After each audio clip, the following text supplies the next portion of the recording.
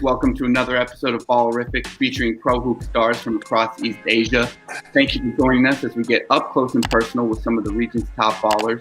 Ballerific is brought to you by East Asia Super League, the premier pro basketball competition this side of the Pacific. My name is Alex, and I'm joined by Banjo Albano. Very pleased to introduce our first guest tonight, part of the U16 and U17 Japan national team, selected as one of the top players in 2018, 2019, 2019, 2020 when he was in college, and just renewed as a professional basketball player for the Ryukyu Golden Kings, which finished with one of the best records in the Japanese B League last year. Everybody, please welcome Daniel Nana. Daniel, thanks for joining us. How you doing? I'm great. Awesome. Our second guest is an alum of University of Hawaii. He was the second overall pick in the 2008 PBA draft, taken by the Tropang Texters. The six-time PBA champion, winning 5 with the Tropang Tex Home Pals and the most recent PBA championship with the Ginebra San Miguel Gin Kings. Please welcome Jared Dillinger. What's good, JD? What's up? What up, y'all? Happy to be here. Excited to get this show started. Thanks for having me. JD, you came to the Philippines when there was an influx of Filipino Americans, or as we call Philams, made their way to the PBA. You were out in Hawaii playing college basketball, then found your way to the motherland in the Philippines. Talk to us about that whole process and what it was like. Okay, yeah. Okay, so let's backtrack this. So when I was hooping at University of Hawaii, end of my junior year, beginning of my senior year, a lot of scouts from the Philippines just started showing up at my practice and telling me that, hey, there's this league out in the Philippines, we really think you would be good over there. I never been to the Philippines, not too much knowing what it's all about, really, until I got there, landed, and I'm just bright-eyed, bushy-tailed, looking around like, I can't believe I'm really doing this. Fast forward to the PBA draft, and that was my first real, vibe of, man, this is legit. I mean, the place it looked like a poor man's version of the NBA draft. No joke. It got the whole Sports Center type vibes, commentators breaking down each draft pick, talking about each player, fans screaming and yelling everywhere for each pick that gets called, and it's just like, wow, this shit's legit, man. I can't, this is real. This is a really big thing out here. That's awesome. So going to swing it over to Daniel here a little bit, because we're talking about the process of basketball and getting into it and how you got to the league and became the player that you are. We know growing up you were a multi-sport athlete and were into track and field. Can you talk to us about how you made that transition to basketball and what was the inspiration? I got injured by track and field, so I cannot continue to play track and field. So I just quit and transferred to basketball. How old are you when you first started hooping? I was 17. 17. You said 17?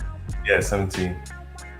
Wait a second. So you started when you were 17, but you were already on the under 17 national team. Yeah. Good decision. Yeah.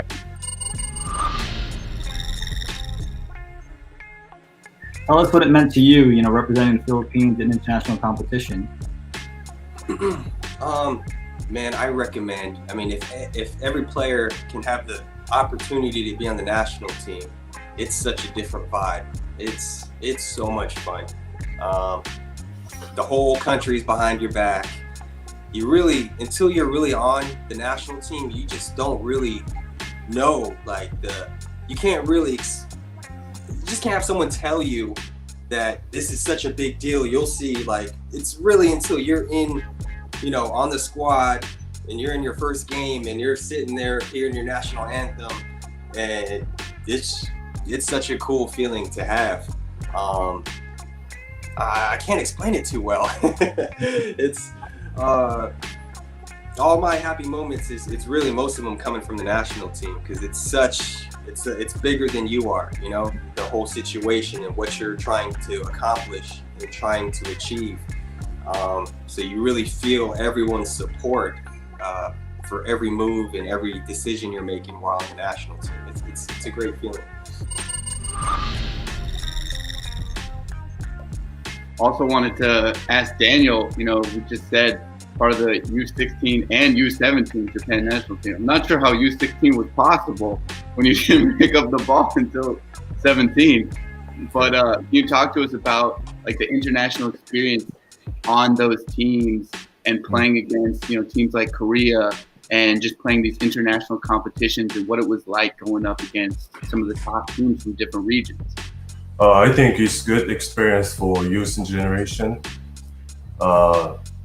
international competition, because we can learn different type of basketball style from different country style and physically different and powerful basketball different.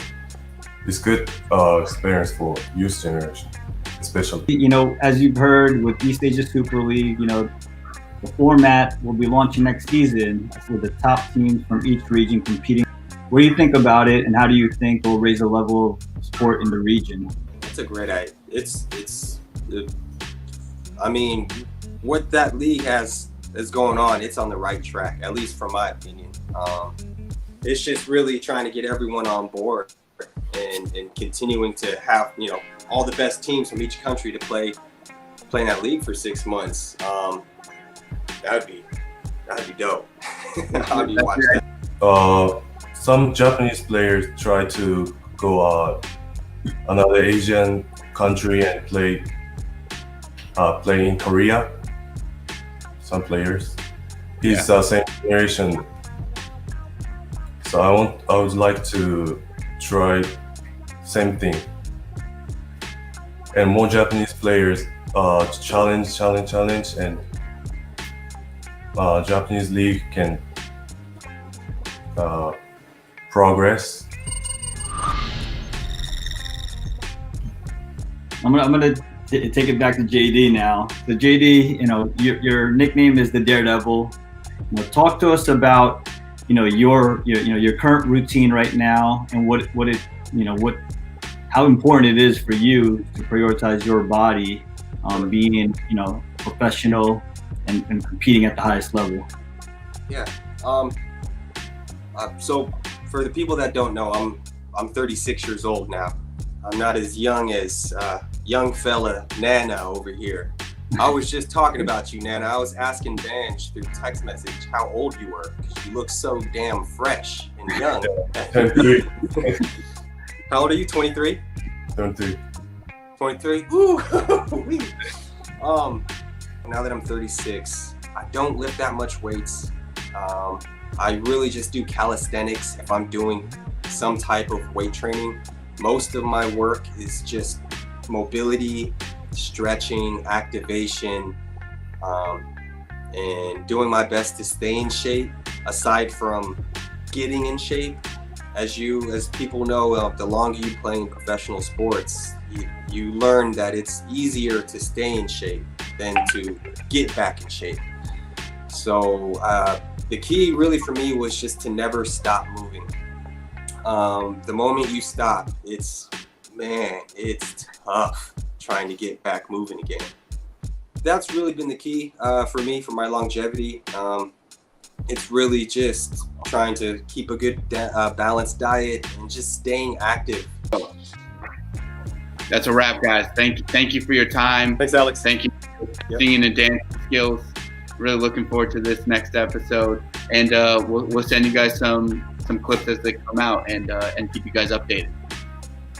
Cool. Yeah. Sounds good, Alex. Thanks for having me, y'all. Thanks, fellas. You guys be safe. We're looking forward to seeing you guys back on the court, and man, just keep training and keep doing your thing. Thanks, buddy. I'll hit you up, man. Yes, y'all sir. take care. Thanks, everyone.